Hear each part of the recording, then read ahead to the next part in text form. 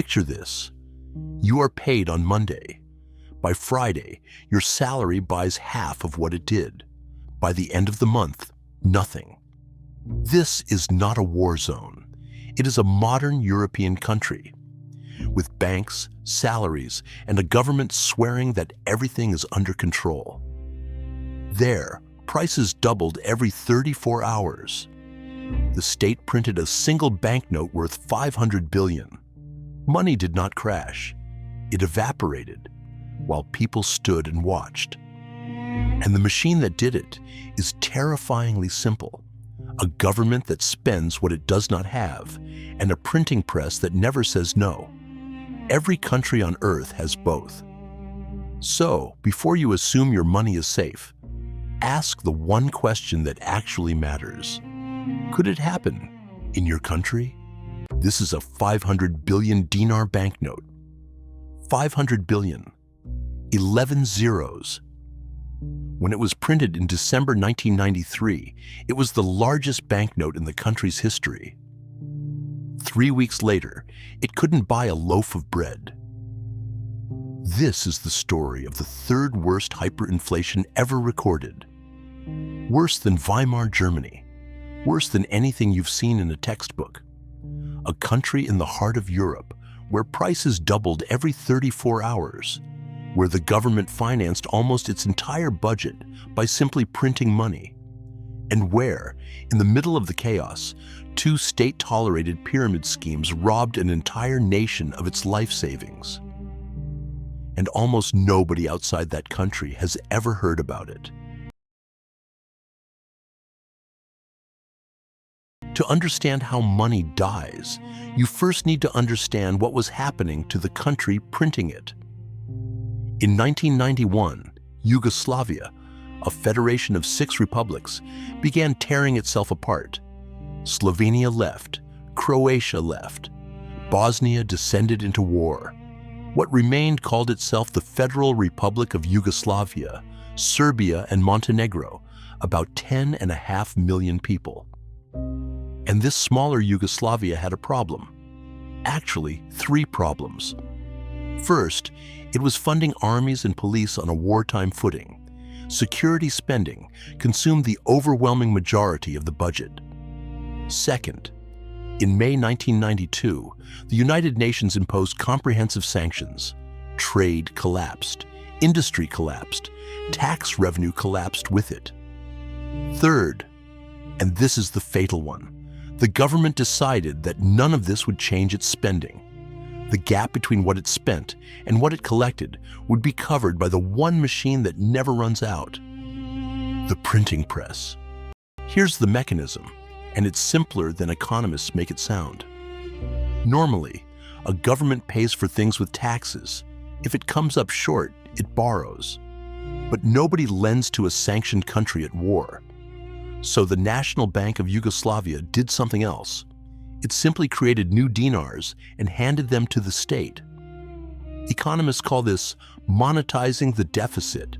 Think of it as a hidden tax. Every fresh dinar the bank printed made every dinar in your pocket worth a little less. The government wasn't taking your money. It was taking your money's value. No tax collectors needed. And here's the trap. The more prices rose, the more dinars the state needed to print to buy the same fuel, the same salaries, the same loyalty, which made prices rise faster, which meant printing even more. By December 1993, virtually all government spending was financed with freshly printed money. The budget wasn't backed by an economy anymore. It was backed by ink. Now imagine living inside this. Your salary is paid in the morning. By the afternoon, it has lost a chunk of its value. By next week, it's confetti. So an entire nation learned the same reflex. The moment money touches your hands, spend it. Anything on the shelves, oil, flour, detergent, was better than cash because goods held value and dinars didn't. Shops stopped writing prices on products because they'd have to rewrite them several times a day. Pensions, by the end, were worth a few Deutsche Marks a month. People who had saved their whole lives watched decades of work evaporate. Not stolen in one dramatic moment, but melted day by day. The real currency of the country became the German mark. Salaries were negotiated in marks, apartments priced in marks, savings, for anyone who had any, kept in marks, in cash, under mattresses. The dinar was reduced to a token you got rid of as fast as possible. The government's response: redenomination. In October 1993, they cut 6 zeros off the currency. Prices kept exploding. On January the 1st, 1994, they cut 9 more zeros. 1 new dinar for 1 billion old ones. It changed nothing. You cannot fix a flood by renaming the water. January 1994 is when Yugoslavia entered the record books. That month, inflation reached 313 million%. Not annual, monthly. Prices were doubling roughly every 34 hours. In the entire recorded history of money, only 2 events were ever worse: Hungary in 1946 and Zimbabwe in 2008. Let me put 313 million% into human terms. If a coffee cost 1 dinar on New Year's Day, by the end of January, that same coffee cost over 3 million dinars. A price tag was out of date before the ink dried. The hyperinflation ran for 22 months, and by the end, the numbers had become genuinely absurd. Beyond a certain point, counting the zero stops meaning anything. The currency simply wasn't money anymore. But here's the part of this story almost nobody tells. In the middle of the monetary apocalypse, 2 private banks appeared, promising salvation: Yugoskandik and Dafament Bank. Their offer: deposit your Deutsche Marks, your real money, and earn interest of up to 15% per month. In a country where the official currency was dying, where state banks had already frozen everyone's foreign savings, this looked like the only lifeboat.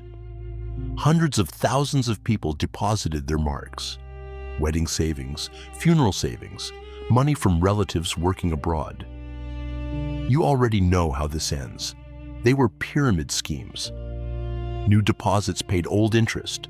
The founders lived like royalty, and the state looked away. Some argue the state did far more than look away. When the pyramids collapsed in 1993, the marks were gone. Think about the design of this machine.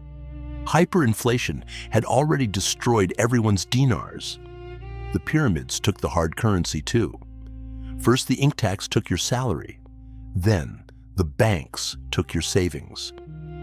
It is one of the most complete financial destructions of a population in modern history.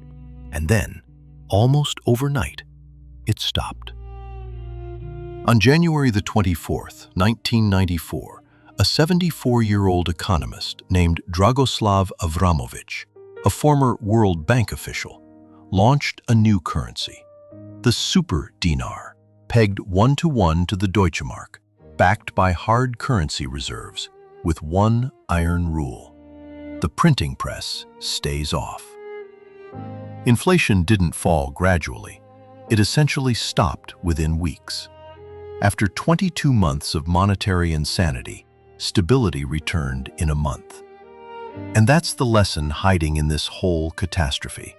Money isn't backed by gold, or by GDP, or by an army. It's backed by a promise. The promise that whoever controls the printing press won't abuse it. Break that promise, and no amount of zeros on a banknote can save you. Restore it credibly, and even a dead currency can come back to life in weeks. The 500 billion dinar note now sells to collectors for a few dollars, worth more as a souvenir than it ever was as money. But the 2 banks from this story deserve a film of their own. One was founded by a television importer who bought TV sets for 300 marks and sold them for 900.